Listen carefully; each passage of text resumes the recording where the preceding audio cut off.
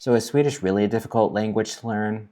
I'm Brandon. I am an American who moved to Sweden over 4 years ago and learned fluent Swedish. I work as a registered nurse in the hospital here, and I get this question all the time.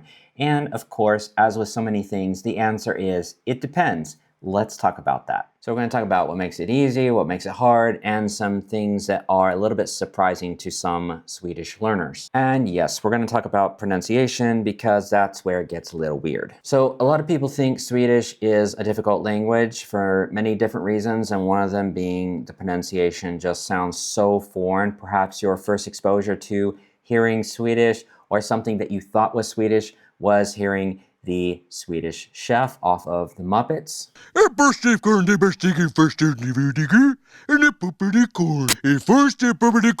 And the truth is, the pronunciation is very different than English. There are a lot of words that are similar, and both English and Swedish have some roots that are related to each other. And then, of course, Swedish borrows a lot of English words. There is a certain melody that is a bit unfamiliar to other language speakers, especially, say, in languages where it's not tonal, like English. Swedish is a tonal language. And then when people see words like this, they panic. This word is a Swedish word that is often put forth to people to ask them what do they think the pronunciation of this word is. And it's hilarious to see what people say. I know when I first saw this word, I thought it was something like seguterska, but the pronunciation in my American accent, living here in the south of Sweden where they have their own dialect called skånska, would be sjuksköterska. So the pronunciation is very different than what you may think. This word alone has scared more expats than Swedish taxes. But honestly, the way a language sounds and how easy it is to learn are two very different things. So one thing that makes Swedish easy is the grammar is quite forgiving. So many languages, when you have a verb, you have what's called conjugation. So you bend the verb to the tense and the pronoun. And in English we do this. So for example, we say, for the verb to be, we say I am, you are, he, she, it is, they are, we are. And then of course you have the past, future, and all the other tenses that go with it. Then you have languages like Spanish and French where there's even more conjugations and it gets really complicated. In Swedish, to do the present tense, it doesn't matter what pronoun it is, the verb stays the same. So the word for to be in Swedish sounds very close to the word in English, and that is är. So you'd say jag är, du är, hon, han, hen är, de är, vi är. So it is quite easy to do the different tenses and different pronouns of these verbs, and that makes the language quite easy. But then we come to something that's a little more difficult, and that is when you are using the word the or a. So in Swedish, for example, you say the car, the house, the door, the book. So you always say the, but in many languages, like for example, Spanish or French, you have masculine, feminine, and then you have like German has another one, which is called neuter, and Swedish doesn't have masculine or feminine, but they have what's called en or et. And about roughly 80% of words fall into the en category, and the other 20% is the et category. There used to be another one back in the day, but today there are these two. And this can be a bit challenging because when you learn a noun, you have to memorize, is it an N word or an et word? To make it even more weird, in English, you always say the car. The same with most other languages that I have studied, you put the before the word.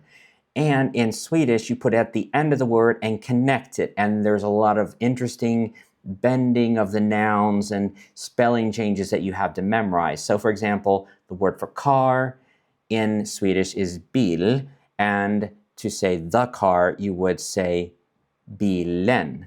So you put n, which is the, at the end of the word and connect it. Then if you make it plural, then it gets even more complicated. So for example, cars, instead of saying bil, you say bilar, and then the cars, you say bilarna. And then there are, I think it's like 5 different ways to like bend these nouns. And so this is something that I have as a challenge. I'm aware of it, And if I'm writing something and taking my time writing it, then I can do it correctly. But what you find a lot of times for, especially us that are English speakers, we use the wrong one sometimes because we're just speaking naturally and we're just talking fast and we're just trying to get our point across. And so you'll often hear an English speaker using the wrong N or it. But a little trick on that is if you are not sure if it's N or et, just go with N because you have an 80% chance of being correct. Another interesting thing is the sentence structure. And many people say, if you could just talk like Yoda off Star Wars, then you can talk like a Swede. But it's not necessarily true. When 900 years old you reach, look as good you will not. Size matters not. Look at me. Judge me by my size, do you? Yoda uses what's called object, subject, verb order. And Sweden doesn't do that. Sweden has a special thing. It's called verb in the second place. What that means is the verb is always in the second place in the sentence, almost always. There are some exceptions. Now, if you have, for example, a subject, it's always connected with the verb. So, for example, the subject could come first in the verb, like I run. But then if you say tomorrow I will run, then you're going to have to put tomorrow, and then you have to put the verb. So tomorrow run I, or tomorrow will I run. So it does start to sound a little Yoda-ish off Star Wars, but it's not exactly the same thing. But this only takes a little bit of practice, and you just have to kind of get the hang of it. And then this is probably, to me, easier than some of the other challenges with the Swedish language. Now, if English is your native language, Swedish can sound oddly familiar. There are a lot of words that are related. There is a lot of overlap. They have similar roots. And Swedish has borrowed a lot of stuff from the English language. Even today, they take words, for example, gig, which is like you do a gig. In Swedish, they made a new word out of it, and they call it gigare, or a person who does gigs.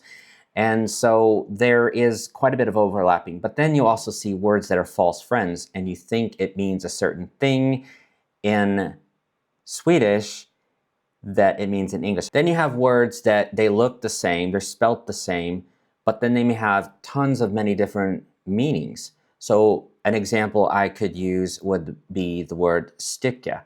And I could write a whole long list of all the different things that that word can mean. And if you change the pronunciation just a little bit with the vowel, then you're adding even more meanings. And this gets very confusing. What typically ends up happening, I know my experience has been that it's like you feel like you, in the beginning, understand most of what they're saying, but something's just not quite right. Something's a little off, and you're almost like a little hesitant, like, to jump into the conversation because you're like, I understand maybe 80% of it, but that 20% is kind of throwing me off. The Foreign Service Institute has a scale of ranking which languages are most difficult and which are the easiest, and how much time it should take to be able to master these languages.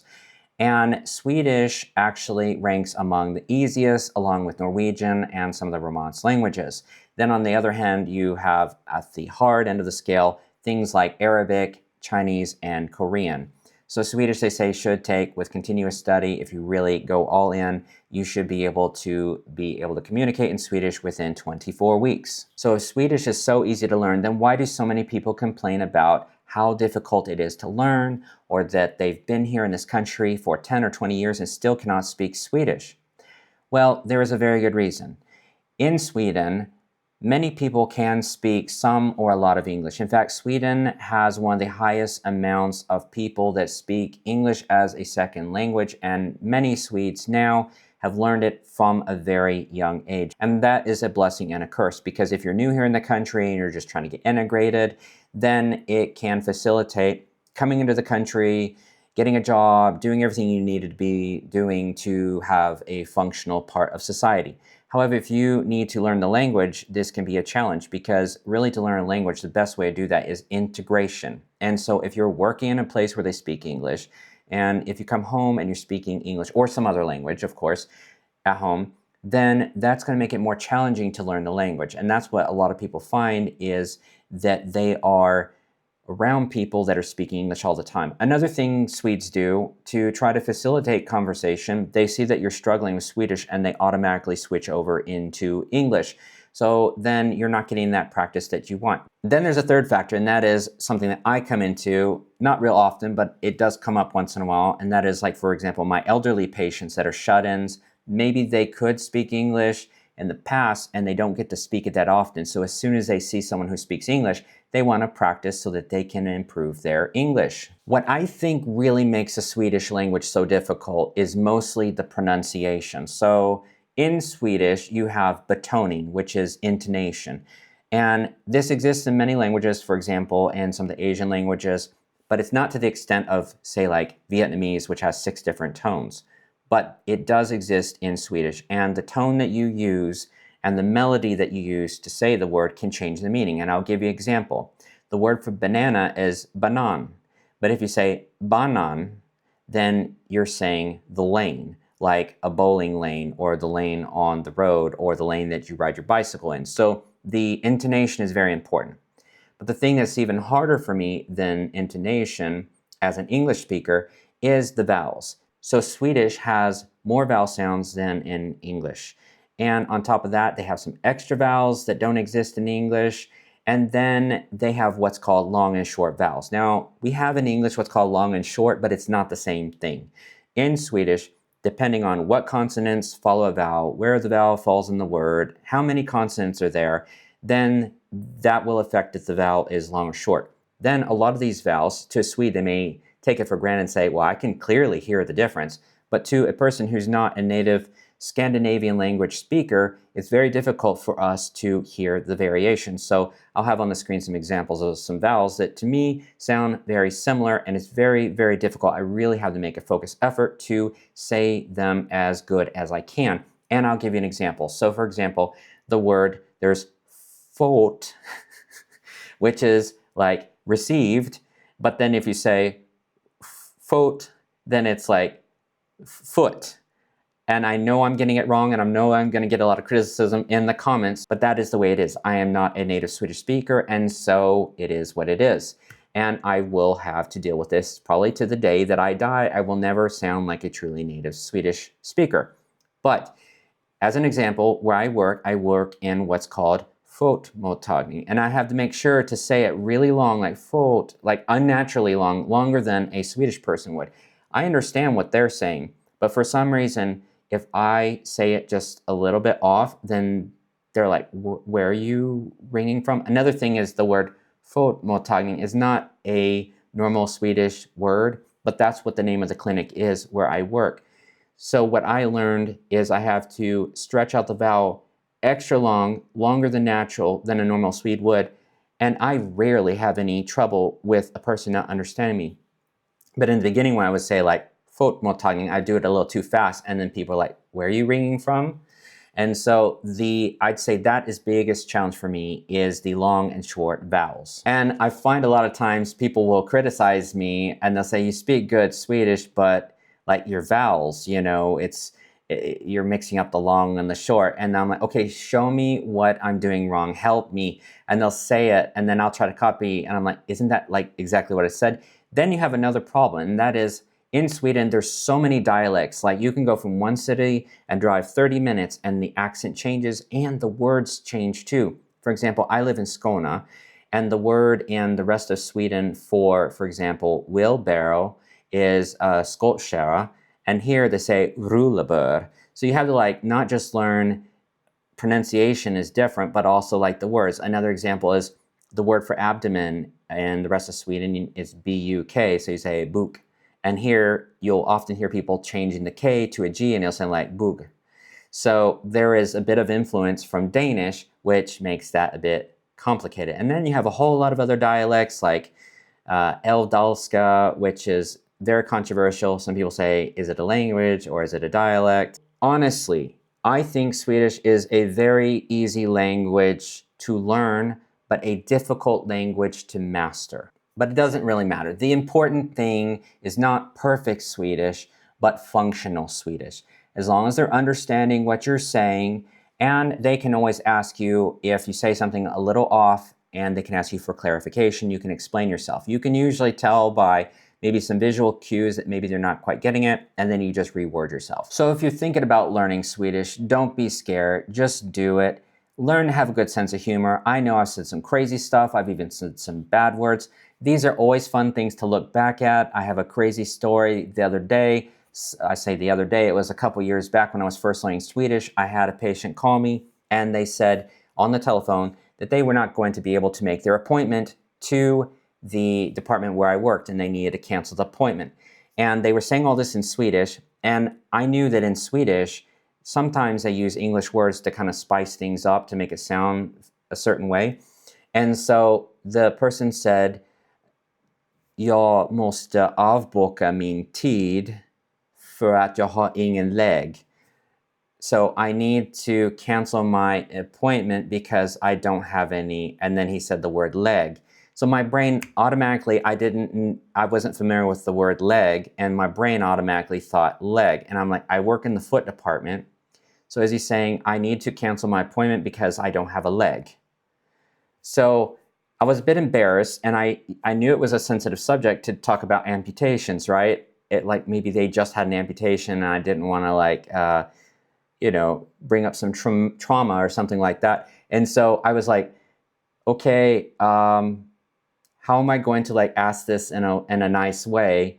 And so I was like, I'm not really sure I understand. So we talked a little bit, and then I found out that what he was doing was he had an abbreviation for the word legitimation.